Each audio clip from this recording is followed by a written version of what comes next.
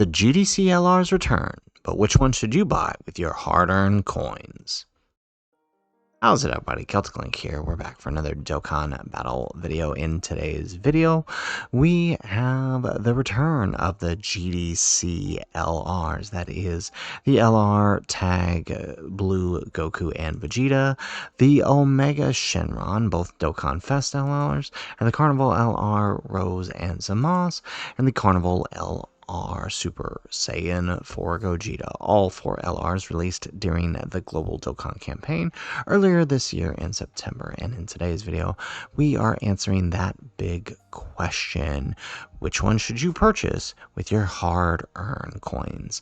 Now, for this video, we will have this split up between Dokkan Fest and Carnival, as both banners are releasing at the exact same time and returning all 4 units at the same time. So what we're going to do here is we're basically going to rank which of the 4 you should prioritize. Obviously, the list goes more based on the needs of your box, right? If you are missing one, right, go for the one that you're missing. If you're missing more than one, then pay attention to our ranking here to see which ones hold the most value over others, right? Obviously, if you have all 4, you might even just be considering which one you should do. So let's go ahead and start with the number 1 priority. And a lot of people may not like this recommendation, but I think the number 1 priority out of the 4 GDC LRs return is not necessarily the most powerful, but the most useful, and that is the Dokkan Fest LR Omega Shenron. Now, I know this guy has very high likelihood to return on the Dokkan Fest banner for the upcoming 11th anniversary. However, what makes him the most valuable of the 4, and if you have the 500 red coins to spare for him, what makes him the most valuable is his leader skill. Inhuman Deeds, Power Absorption, GT Bosses essentially covers every major current villain unit, and likely any future villain units to come outside of Goma. Goma is the only exception, right? He's the only villain we've gotten so far that is not on his lead. But that's not to say he doesn't, Goma and Omega don't share teams. But really, there's going to be tons of missions here in the future that require good extreme teams, and having a good overarching leader for extreme teams is more valuable than anything else that any of the other LRs provide. Combine that with the build up for 4 turns, along with changing Rainbow Keysphere, giving allies crits and 70% attack support for 4 turns, and when getting Rainbow's Keyspheres, an additional 70% defense support for 2 turns, along with damage reduction rate. Really, for GT bosses, the very, very helpful skill. On top of that, permanent buffs after getting 5 or more attacks.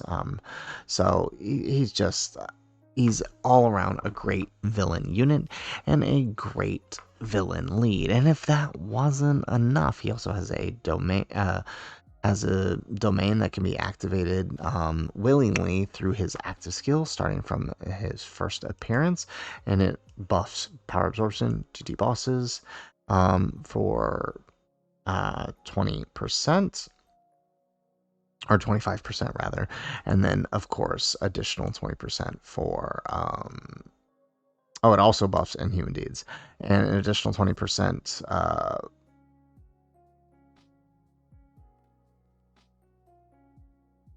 damage dealt to superclass enemies, and an additional 10% to those superclass enemies if they're also on Earth Protecting Heroes, Fuse Fighters, or GT Heroes. So very, very useful lead. So he's probably your number 1 priority. He is just that good as a villain unit. Your number 2 priority should be the LR Super Saiyan 4 Gogeta. Not just because its animations are the shiniest and sexiest animations in a unit we've ever seen to date, right? That Dragon Fist just does something, doesn't it? But no, he's also a very powerful unit, right? Providing similar support to Omega, but for GT heroes. No domain, unfortunately, but also being one of the units to have the highest, earliest damage ceiling, right? If you're somebody who's still struggling with the hybrid Saiyans fights and the special battle fights and the Tamagami fights, this dude is your answer. He is your answer to these fights, right? He comes out the gate swinging, and he gets swinging even harder for 4 turns until you're ready to activate that active skill for that Dragon Fist, which really just buffs his own attack, and all it takes is him getting hit on turn 1. That's it. And then it's goodbye whatever boss is in front of you, right? Able to hit 100 mil or greater on his second appearance. So he should be your number 2 priority, followed closely by the LR, STR, Super Saiyan Blue, Goku, and Vegeta. Now, I do have these guys as your 3rd priority, not because they are necessarily bad. They do have a very good superclass lead. Of course, this is superclass lead, highly tuned to what has released during the 10th anniversary, but it's still a good lead nonetheless for Future Saga and Fused Fighters on Bond of Parent Child and Final Trump Card. It's still a good leader skill overall. However, right, he's not as powerful in his base form as some of the other characters here.